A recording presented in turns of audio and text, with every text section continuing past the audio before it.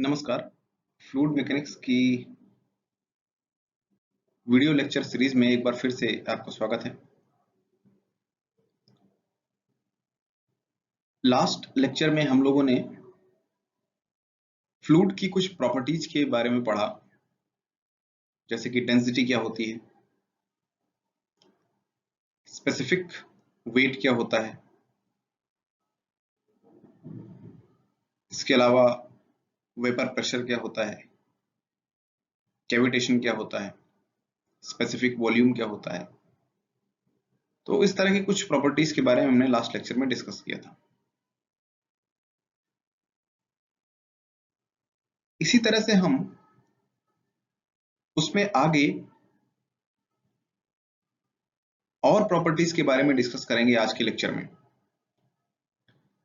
तो fluid mechanics में इससे पहले जो हमने प्रॉपर्टीज के बारे में डिस्कस किया था, वैसे ही एक और बहुत इंपॉर्टेंट प्रॉपर्टी है फ्लूइड की, जिसको हम बोलते हैं विस्कोसिटी। तो विस्कोसिटी क्या होती है, पहले डेफिनेशन रीड कर लेते हैं, फिर मैं एक्सप्लेन करता हूं। The property which offers internal resistance to the flow of fluid, यानी फ्लूइड जब फ्लो करेगा तो उसके फ्लो में अगर कोई भी प्रॉपर्टी हो फ्लूइड की जो उसके फ्लो को रेजिस्ट कर रही हो, तो उसको हम विस्कोसिटी बोलते हैं। तो basically it is internal resistance while the fluid is flowing, मतलब फ्लूइड की फ्लूइडिटी में रेजिस्टेंस पैदा करने के लिए जो प्रॉपर्टी जिम्मेदार है उसे हम विस्कोसिटी कहते हैं। जैसे अगर मान लीजिए दो सॉलिड बॉडीज हैं, दोनों कांटेक्ट में हैं और दोनों के बीच में रिलेटिव मोशन है, तो उनके बीच में एक रेजिस्टिव फोर्स होता है जो कि उस रिलेटिव मोशन का विरोध करता है, उसे हम फ्रिक्शन कहते हैं। ऐसे ही अगर हम लिक्विड की बात करें तो लिक्विड में मान लीजिए एक बॉल है जिसको हम ऊपर से ड्रॉप कर रहे हैं। तो पहले हम ड्रॉप कर रहे हैं एयर में, तो इसकी स्पीड कुछ होगी। फिर हम इसको ड्रॉप कर रहे हैं समुद्र में यानी वाटर में, तो इसकी स्पीड कंपैरेटिवली कम होगी। और फिर इसको हम ड्रॉप कर रहे हैं ऑयल में, ऑयल से भरे एक जार में, तो इसकी स्पीड और कम होगी। एयर में अगर ड्रॉप कर रहे हैं तो स्पीड ज्यादा है, वाटर में कर रहे हैं तो कम है, ऑयल में कर रहे हैं रिलेटिवली और कम है। जबकि ये फ्लूइड है, अब तीनों फ्लूइड हैं, ऑयल भी एक फ्लूइड है, वाटर भी एक फ्लूइड है, एयर भी एक फ्लूइड है। अब एयर को मान लीजिए अगर हम छोड़ भी देते हैं एक बार, तो वाटर और ऑयल की जो डेंसिटी है लगभग सेम होती है, लेकिन फिर भी जो फ्लो बिहेवियर होगा बॉल का, उसमें बहुत ज्यादा डिफरेंस आएगा। ऑयल में काफी स्लो मूव करेगी बॉल, वाटर में कंपैरेटिवली तेज मूव करेगी। यानी कि कोई ना कोई एडिशनल प्रॉपर्टी है जो इस फ्लो बिहेवियर को चेंज कर रही है, जो उसमें रेजिस्टेंस पैदा कर रही है ज्यादा या कम। That property is known as viscosity. उसके खुद के फ्लो में भी, यानी इंटरनल फ्लो जब होगा, यानी केवल वाटर फ्लो कर रहा है या फिर केवल ऑयल फ्लो कर रहा है, तो वहां भी ये देखने को मिलता है। जैसे यहां अगर हम डायग्राम में देखें तो ये ऑयल का फ्लो है, और इधर आप हनी का फ्लो मान सकते हैं या ग्लिसरीन का फ्लो है, तो कंपैरेटिवली काफी स्लो है। जितनी देर में ऑयल हमारा काफी गिर भी गया है और इतना डेप्थ में इसमें भर भी गया है, अभी ये हनी इतनी ही नीचे आई है उतनी देर में, जबकि टिल्टेशन एंगल सेम है दोनों का, यानी शियर फोर्स की वैल्यू दोनों के लिए सेम होगी।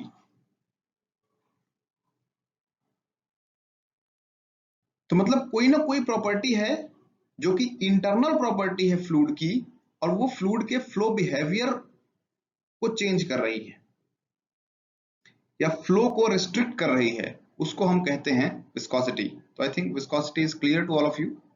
अब हम आगे चलते हैं। विस्कोसिटी में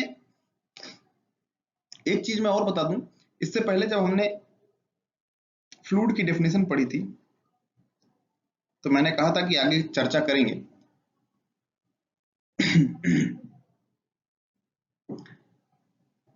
फ्लूइड की डेफिनेशन में हमने पढ़ा था,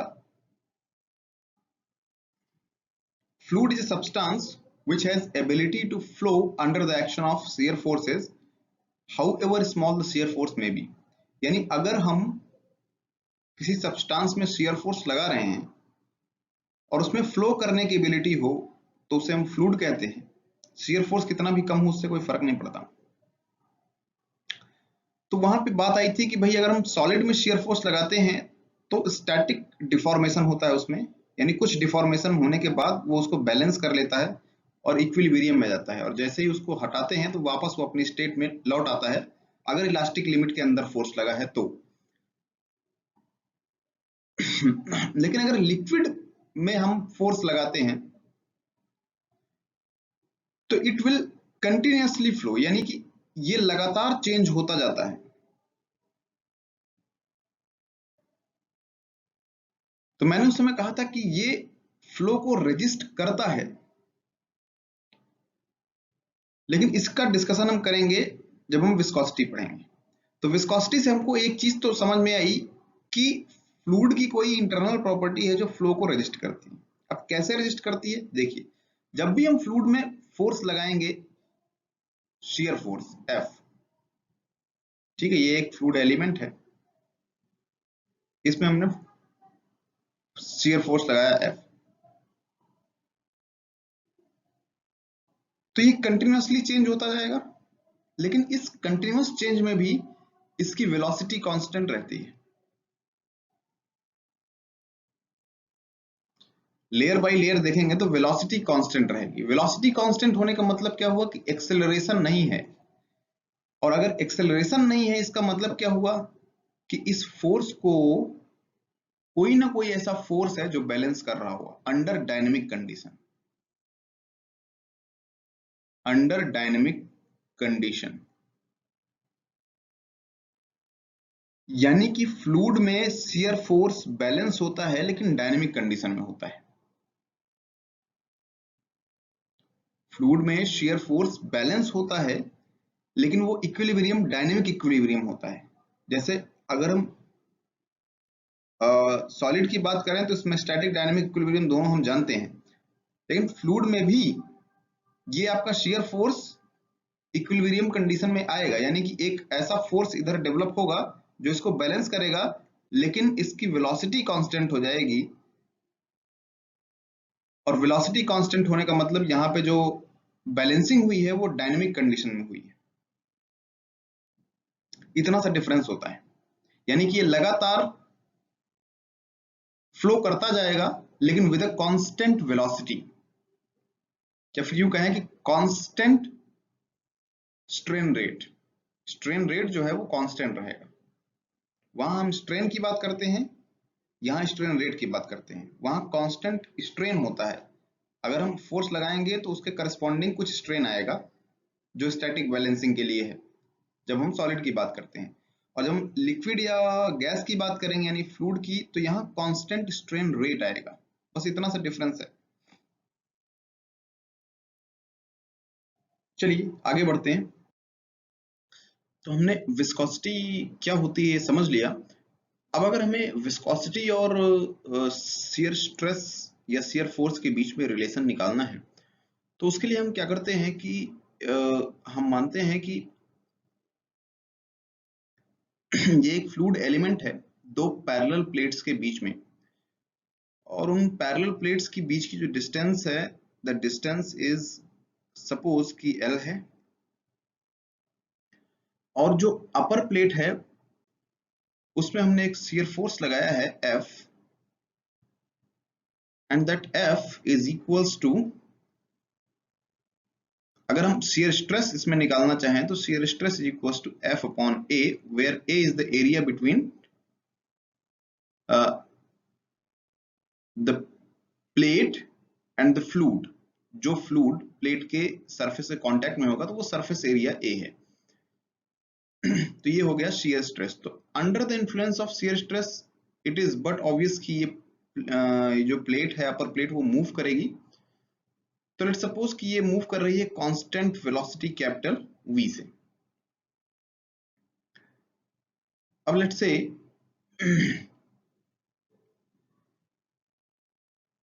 कि हम there is one line and there is another line। तो ये एक फ्लूइड एलिमेंट लेना है। तो जो अपर प्लेट के कांटेक्ट में फ्लूइड होगा, नो स्लिप कंडीशन के कारण उसकी वेलोसिटी u अगर हम लिखना चाहें तो that should be equals to capital V। Let me darken the colour. u is equals to capital V। और अगर हम लोअर प्लेट को फिक्स करें, जो लोअर प्लेट है उसको एज्यूम करें कि वो फिक्स्ड है, तो जो लोअर प्लेट के कांटेक्ट में फ्लूइड लेयर होगी उसकी velocity u that should be equals to 0। तो हमको कुछ इस तरह से मूव करती हुई दिखाई देगी। ये जो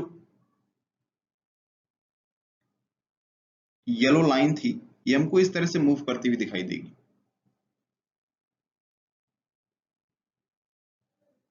तो इस तरह की कुछ वेलोसिटी प्रोफाइल आपको दिखाई देगी under the influence of this shear stress.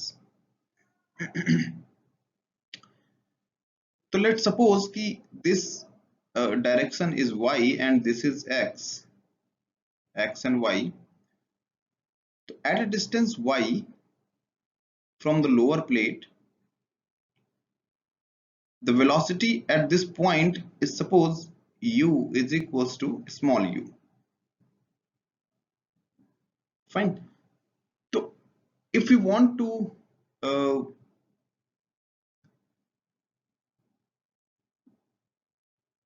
if we just want कि इसकी जो वेलोसिटी प्रोफाइल होगी वो कैसी होगी, तो उसके लिए हम दो ट्राइंगल अगर लें और उन पे एनालिसिस करें, तो लेट सपोज कि इसको एक ट्राइंगल के रूप में मान लेते हैं। ये पॉइंट हो गया A, यहाँ ये पॉइंट हो गया B, this point is C, D and F। तो ABC एंड ADF दोनों ट्राइंगल में देखेंगे तो U upon Y we can write u upon y that is equals to capital V upon L। So we can write u is equals to V by L into y। और you can say अगर हम velocity gradient निकालना चाहें तो du that should be equals to V by L into dy and du upon dy is equals to V upon L। Let's suppose ये equation 1 है। तो velocity gradient ये आ गया, वेलोसिटी प्रोफाइल आपकी ये रही, इक्वेशन ए मान लीजिए इसको। लीनियर वेलोसिटी प्रोफाइल कुछ मिली हमको। अब सपोज करते हैं कि एक दूसरी लाइन है ये, इस शियर स्ट्रेस के इन्फ्लुएंस में लेट्स सो कि ये जो लाइन है इसमें जितने भी मॉलिक्यूल्स होंगे फ्लूइड के वो डी बीटा एंगल रोटेट कर जाते हैं पूरा का पूरा। ये एंगल मान लीजिए है डी बीटा। तो ये जो अपर पार्टिकल होगा यहां से यहां तक जो पहुंचा, इसकी डिस्टेंस मान लीजिए है ds। कितने समय में? मान लीजिए dt टाइम में, dt टाइम में ds डिस्टेंस ट्रेवल करेगा। तो अगर हम शियर स्ट्रेन लिखना चाहें तो that is tan d beta, ये बराबर हो जाएगा ds अपॉन L। तो for very small angle d beta, tan d beta should be equals to d beta. तो d बीटा हो जाएगा, ds को फर्दर हम लिखें, ds इज डिस्टेंस, तो वेलोसिटी और यू कैन से डिस्प्लेसमेंट, तो वेलोसिटी इनटू टाइम। तो velocity is v upper layer की वेलोसिटी v है into D T upon L. तो हम लिख सकते हैं D beta upon D T is equal to v upon L, यानी rate of deformation is equal to v by L. इसको हम लिखते हैं equation 2। And from equation 1 and 2, from equation 1 and 2, we can write rate of deformation should be equals to velocity gradient, and these both are achieved under the influence of shear stress। तो बहुत सारे experiment किए गए बहुत सारे अलग अलग fluid में, और ये देखा गया कि that shear stress is directly proportional to strain rate, or you can say rate of deformation, that is d beta upon dt। So this is also true कि shear stress is directly proportional to du upon dy velocity gradient, क्योंकि both are equal।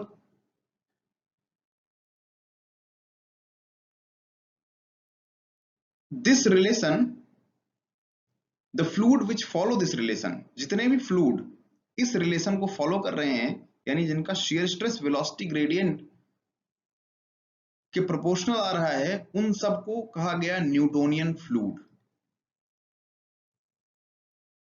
Newtonian fluid क्यों कहा गया? क्योंकि sir Isaac Newton ने सबसे पहले ये रिलेशन एस्टैब्लिश किया। इसके बाद इसी रिलेशन को फर्दर जब इसका प्रोपोर्शनलिटी हटाया गया तो एक प्रोपोर्शनलिटी कांस्टेंट आया, that tau is equals to mu du over dy। इसी को हम कहते हैं न्यूटन्स लॉ ऑफ विस्कोसिटी।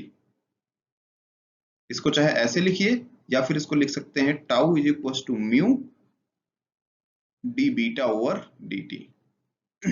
इधर वे किसी भी तरह से लिख सकते हैं। जो ये प्रोपोर्शनलिटी कांस्टेंट आया म्यू, इसको हम कहते हैं डायनामिक विस्कोसिटी। डायनामिक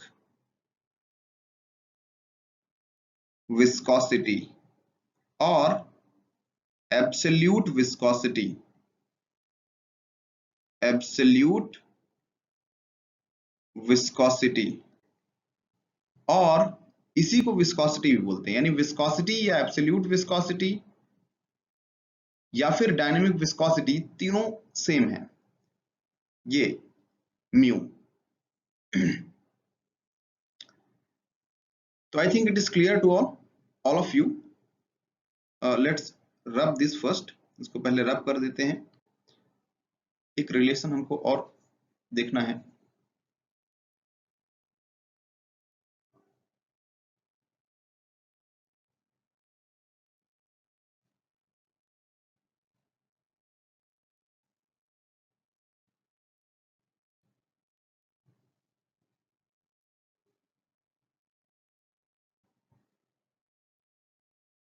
अब अगर हम shear फोर्स निकालना चाहें, उस जो प्लेट फ्लूइड के अपर लेयर में लगा रही होगी, तो वो shear फोर्स कितना होगा?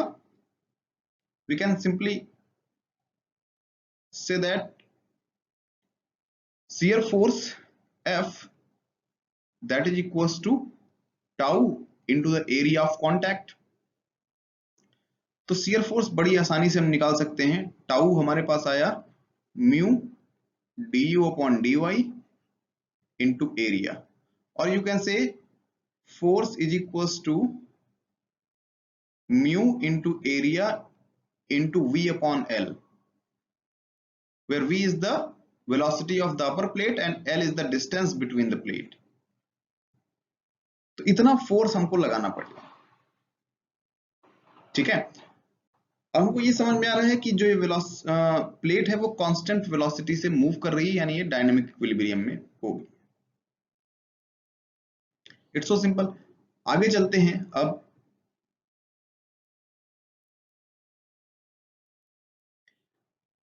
विस्कोसिटी का टेम्परेचर के साथ वेरिएशन। तो अगर हम फ्लूइड को कैटेगराइज करते हैं तो हमारे पास दो चीजें हैं, एक है लिक्विड और दूसरी है गैस।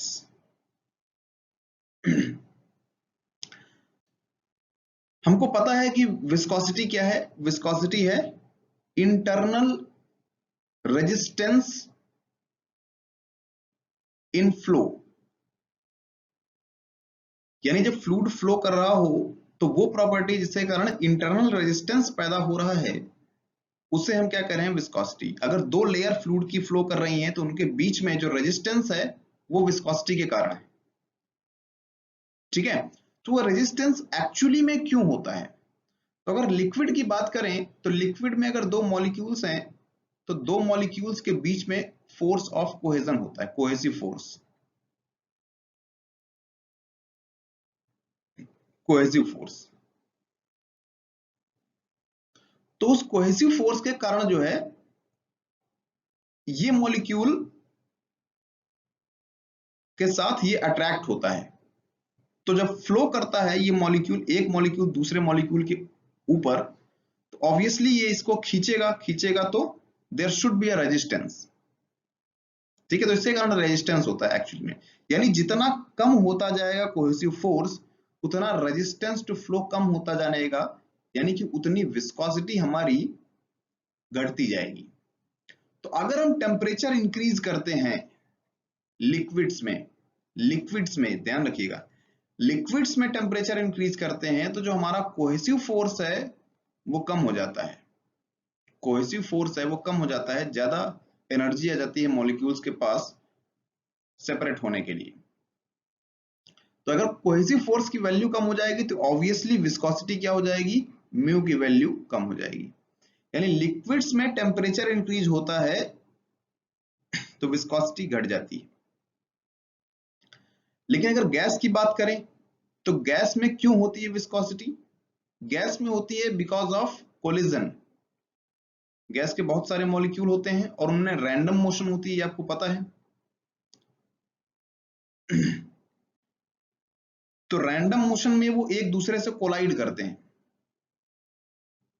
तो जितने कम नंबर ऑफ कोलिजन्स होंगे, जितने कम कोलिजन्स होंगे आपस में, ये कोलिजन होंगे, इसमें जिगजैग मोशन होता है इनका, तो जितने कम कोलिजन होंगे उतना फ्लो में रेजिस्टेंस कम होगा, और जितने ज्यादा कोलिजन होंगे उतना ज्यादा फ्लो में रेजिस्टेंस होगा।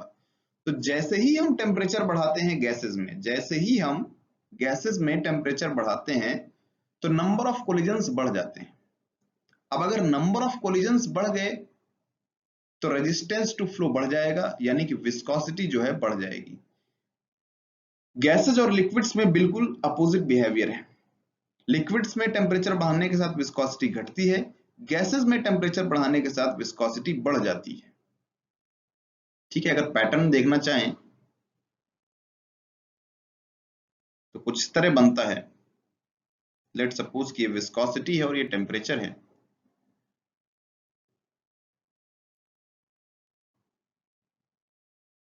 तो ये हो जाएगा लिक्विड और ये हो जाएगा गैस।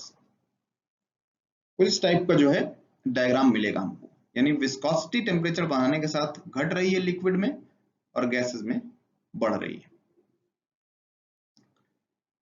सिंपल। चलिए आगे चलते हैं। Now the fluids are classified on the basis of that equation. मतलब इक्वेशन हमने निकाली, tau is equals to mu du over dy।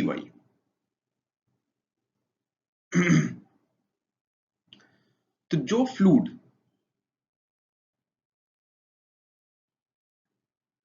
Jin fluid के लिए tau is directly proportional to strain rate और वेलोसिटी ग्रेडियंट, उनको हमने कहा Newtonian fluid, Newtonian fluid.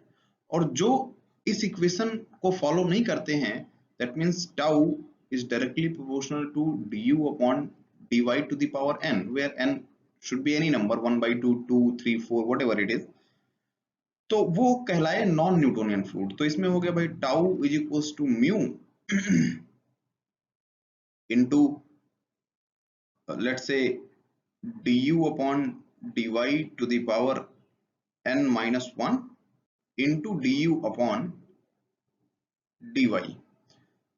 तो ये जो टर्म आया mu into du upon dy to the power n minus 1, इसको कहा गया apparent viscosity.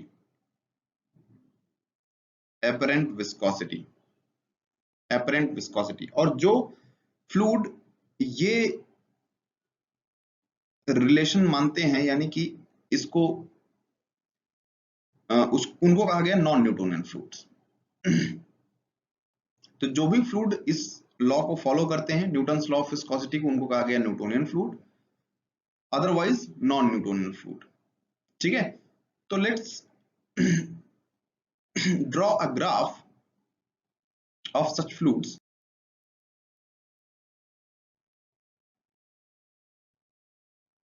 Let's draw a graph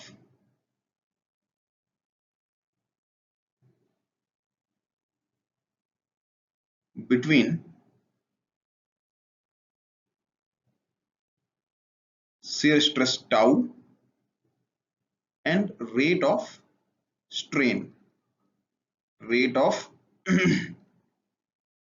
strain, or you can say velocity gradient, that is du upon dy.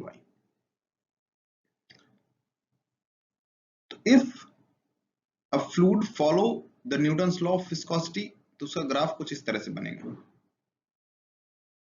इसको हम कहेंगे न्यूटोनियन फ्लूइड। इसके अलावा अगर जैसे जैसे हम रेट ऑफ स्ट्रेन बढ़ाएं,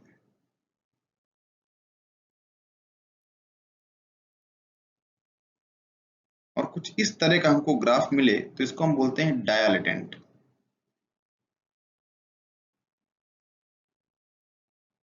डायलेटेंट फ्लूइड, डायलेटेंट, और इसी को हम बोलते हैं शियर थिकनिंग। शियर थिकनिंग यानी रेट ऑफ शियर स्ट्रेन के साथ अगर शियर स्ट्रेस बढ़ रहा है तो इसकी विस्कोसिटी या एपरेंट विस्कोसिटी बढ़ेगी। एपरेंट विस्कोसिटी क्यों बढ़ेगी? क्योंकि आपको पता है कि ये जो स्लोप है इसका, ये इसका एपरेंट विस्कोसिटी कहलाएगा। The slope of the graph is apparent viscosity. यहाँ पे इतना स्लोप है, यहाँ और बढ़ा, यहाँ और बढ़ेगा, तो स्लोप लगातार बढ़ता चला जा रहा है, यानी एपरेंट विस्कोसिटी इसकी बढ़ती चली जा रही है, यानी वो ऐसा महसूस हो रहा है कि वो थिक होता चला जा रहा है, यानी ज्यादा विस्कस होता चला जा रहा है। तो इस तरह के फ्लूइड को कहा गया शियर थिकनिंग फ्लूइड या फिर डायलेटेंट फ्लूइड। अब अगर उसका ग्राफ कुछ इस तरह से बने,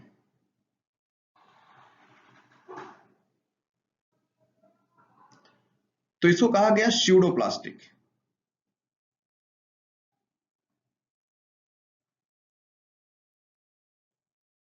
स्यूडोप्लास्टिक फ्लूइड, स्यूडोप्लास्टिक फ्लूइड, या फिर इसको ही कहा गया शियर थिनिंग फ्लूइड।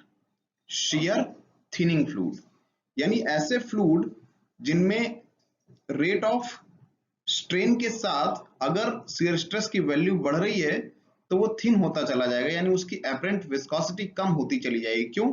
क्योंकि इनका जो स्लोप है लगातार घटता जा रहा है। देखिए स्लोप लगातार घटता जा रहा है, तो इसका मतलब है कि इसकी एपरेंट विस्कोसिटी कम होती चली जाएगी।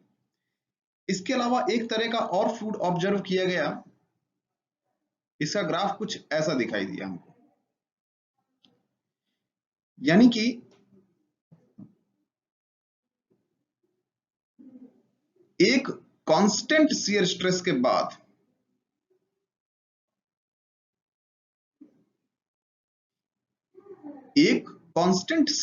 के बाद ये फ्लो करना शुरू किया, तब तक फ्लो नहीं किया। यानी इससे पहले इसकी वेलोसिटी सॉलिड की तरह थी, इसका बिहेवियर सॉलिड की तरह था, और उसके बाद फिर जो है लिक्विड की तरह बिहेव करना स्टार्ट किया। और पैरेलल टू न्यूटोनियन फ्लूइड। तो इसको कहा गया Bingham plastic. Bingham plastic fluid या फिर इसी को कहा गया ideal plastic. Ideal plastic fluid. Ideal plastic fluid. अब इसका एग्जांपल आपको पता है, पेस्ट, टूथपेस्ट जो आप करते हैं उसको अगर आप ऐसे उल्टा लटका दीजिए तो कभी नहीं निकलेगा जब तक कि उसमें आप कुछ प्रेशर अलग से न लगाएं। तो यानी एक अमाउंट ऑफ शियर फोर्स लगाने के बाद ही वो वहां से फ्लो करना स्टार्ट करता है और उसके बाद वो फ्लो करता चला जाएगा। उतना अगर आप शियर फोर्स लगाए रहेंगे तो लगातार फ्लो होगा उसमें, लेकिन जब तक उतना शियर फोर्स नहीं लगाएंगे तब तक वो फ्लो नहीं करेगा। यानी कि एक कांस्टेंट, उसको बोलते हैं यील्ड वैल्यू, टाउ यील्ड या शियर फोर्स की यील्ड वैल्यू, उतनी वैल्यू के बाद ही वो फ्लो करना स्टार्ट करता है। तो जो भी फ्लूइड इस तरह का बिहेवियर एग्जिबिट करता है उसको हम बोलते हैं बिंघम प्लास्टिक या आइडियल प्लास्टिक फ्लूइड। एग्जांपल आपके सामने है टूथपेस्ट। न्यूटोनियन फ्लूइड के एग्जांपल्स पता ही है आपको। न्यूटोनियन फ्लूइड के एग्जांपल्स हैं जैसे air, water, oil, oil etcetera. Air, water, oil etcetera. Dilatant fluid का एग्जांपल अगर हम देखें तो डायलेटेंट क्या है? Share thickening. शेयर थिकनिंग यानी कि इसकी अपरेंट विस्कोसिटी बढ़ती जा रही है। अपरेंट विस्कोसिटी बढ़ती जा रही है। इसका जो एग्जांपल है वो है starch and quicksand. Quicksand, quicksand. और स्यूडोप्लास्टिक फ्लूइड का एग्जांपल है colloidal solutions, different colloidal solutions and paint. Paint and colloidal solutions, colloidal solutions. तो ये कुछ टाइप्स ऑफ फ्लूइड और उनके एग्जांपल्स हैं, किस तरह के फ्लूइड्स हैं एक्चुअल में और वो किस लॉ को फॉलो करते हैं, किस तरह से उनकी विस्कोसिटी चेंज होती है। तो इनके बारे में हमने पढ़ा। अब आगे बढ़ते हैं। ये टर्म भी बहुत इंपॉर्टेंट है, काइनेमेटिक विस्कोसिटी। इसको अपन म्यू से रिप्रेजेंट करते हैं and that is equals to mu upon rho. ये टर्म आपको पूरी फ्लूइड मैकेनिक्स में कई बार मिलेगा, तो इसलिए इसका इंपॉर्टेंस बढ़ जाता है। And kinematic viscosity is the ratio of dynamic viscosity to the density. Dynamic viscosity और डेंसिटी के रेशियो को अपन काइनेमेटिक विस्कोसिटी बोलते हैं। अब अगर इसके यूनिट की बात करें, तो उससे पहले हमको डायनेमिक विस्कोसिटी की यूनिट की बात करनी पड़ेगी। तो डायनेमिक विस्कोसिटी अगर हम बात करें तो mu is equals to tau upon du over dy। तो टाउ की यूनिट की अगर हम बात करें तो tau is newton per metre square upon du is meter per second upon dy is meter. It is cancel out. Newton second per meter square, or you can say Pascal second. तो Pascal second is the unit. ये MKS unit है। दूसरी unit है CGS में, उसको बोलते हैं poised. तो 1 poised is equals to 0.1 Pascal second. 1 poise is equals to 0.1 Pascal second. इसको फर्दर और अगर हम आगे ब्रेक करना चाहें तो newton is KG metre into second upon metre square into second square.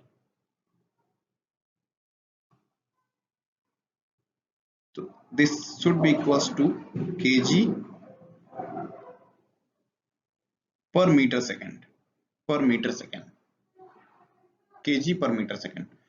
तो ये सारी यूनिट्स काइनेमेटिक विस्कोसिटी की हैं, चाहे हम पॉइस का हैं, ये सीजीएस यूनिट हो गई, पास्कल सेकेंड और न्यूटन सेकेंड पर मीटर स्क्वायर और केजी पर मीटर सेकेंड, ये सारी डायनेमिक विस्कोसिटी या एब्सोल्यूट विस्कोसिटी की यूनिट्स हैं। अब अगर हम काइनेमेटिक विस्कोसिटी की यूनिट निकालना चाहें तो nu that is equals to mu की यूनिट हो गई KG per metre into second into density की यूनिट होती है केजी पर मीटर क्यूब, तो इसको कर सकते हैं मीटर क्यूब पर केजी, तो that is equals to metre square per second. तो metre square per second is the unit of kinematic viscosity nu. CGS में इसकी यूनिट होती है stock,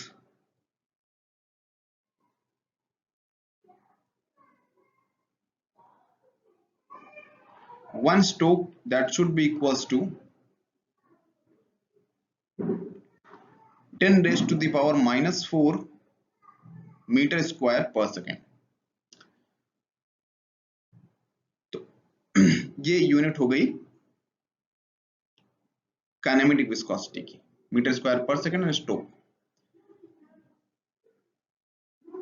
that's all for today, बाकी की चीजें अपन नेक्स्ट लेक्चर में डिस्कस करेंगे। Thank you.